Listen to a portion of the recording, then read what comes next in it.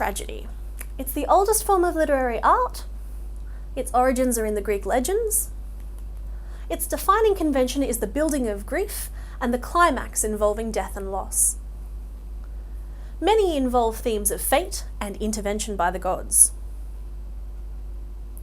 So we'd be thinking about tragedy for possible genres for Hamlet. Some of the subgenres might be Shakespearean tragedy, revenge tragedy, or Aristotlean tragedy.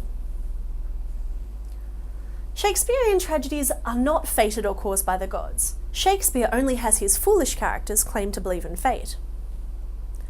The tragedy is always brought about by humans. The great tragedy is usually that the outcome could have been avoided if people had made different decisions. So basically, it's not the gods screwing us around, it's ourselves who make poor decisions or who trust the wrong people. The true protagonist of a Shakespearean play is usually the villain, so that's the one who drives the action on and causes events to happen. But in Hamlet, it's actually Hamlet himself who plays this role. So that's an interesting question. Does that mean that Hamlet's desire for revenge, rather than Claudius's ambition, is what causes all of the deaths and the sorrow in the play? Revenge tragedy.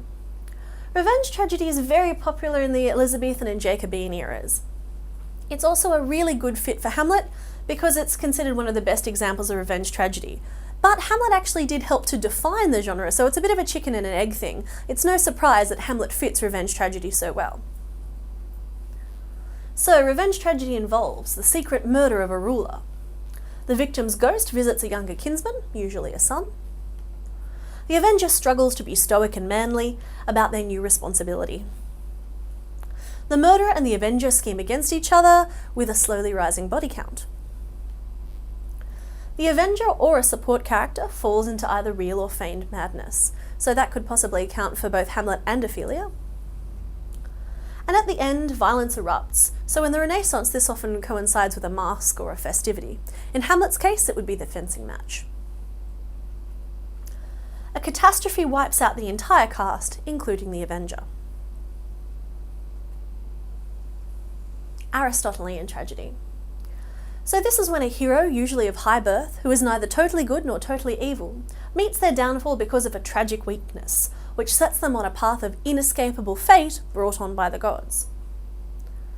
Keep in mind that Hamlet can be stretched to fit this genre, but it's not a perfect fit, and we know that there are other Shakespeare plays that are a perfect fit for this genre, like Macbeth and Othello. So when you're using this genre, if you want to talk about it with Hamlet, make sure you really justify your choice. So it involves hamartia.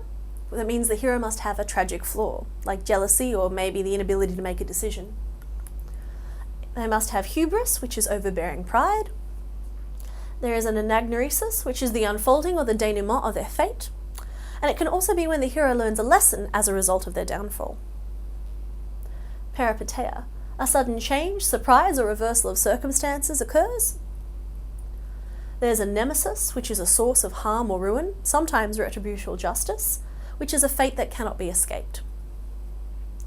And finally, there's catharsis, the purifying or cleansing of the emotions of the audience. So this is usually where at the end of the play, everything goes horribly wrong and you feel like you kind of want to cry because everything's been so terrible. So that idea is supposed to cleanse you and make you feel better and whole and fresh, according to Aristotle anyway.